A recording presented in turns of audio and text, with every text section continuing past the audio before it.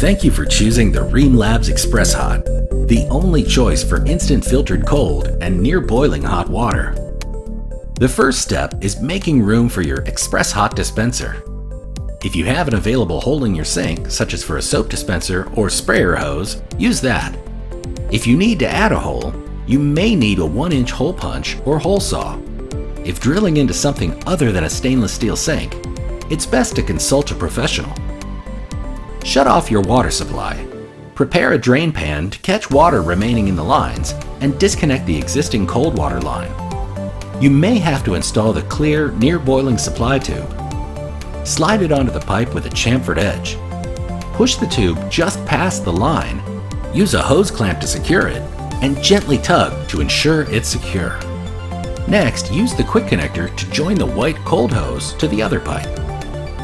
Secure it with the blue clips. Next, connect the communications cable extension. There's also an extension on the dispenser to adjust the height of the dispenser. If you have a shallow sink, you may need the extension.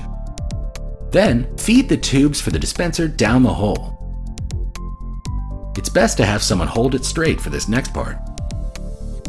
Under the sink, place the triangular stabilizer plate, if needed, semicircular bracket, and washer onto the threaded rod. Then use the black wrench to tighten the nut. There's a plug on the base unit's cold outlet that you have to remove. Remove, but keep the blue clip and depress the collar to free the plug. You may need to use pliers. Then install the included T-connector. Connect the clear hot hose to the red ringed outlet on the top right of the base unit and secure it with a hose clamp. Also, connect the communications cable, and then insert the white cold filtered line into the blue ringed white connector and secure it with the blue clip.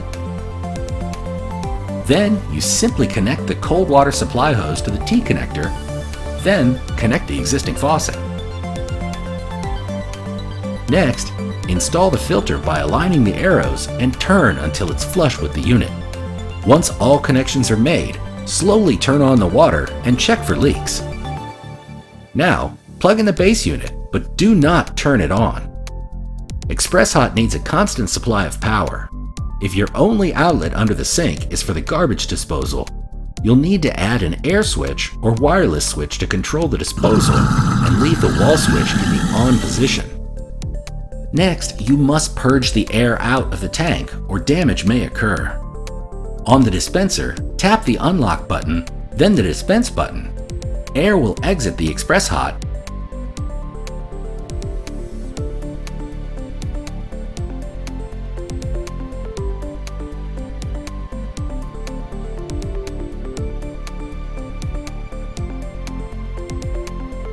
After some time, water should start flowing, but keep running the water for another 20 seconds to ensure all air is removed.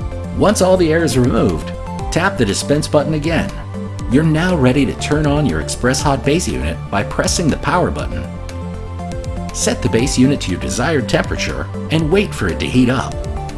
Then tap the dispense button to enjoy filtered cold water. Or press the lock/unlock button followed by the dispense button for near boiling hot water anytime you need it.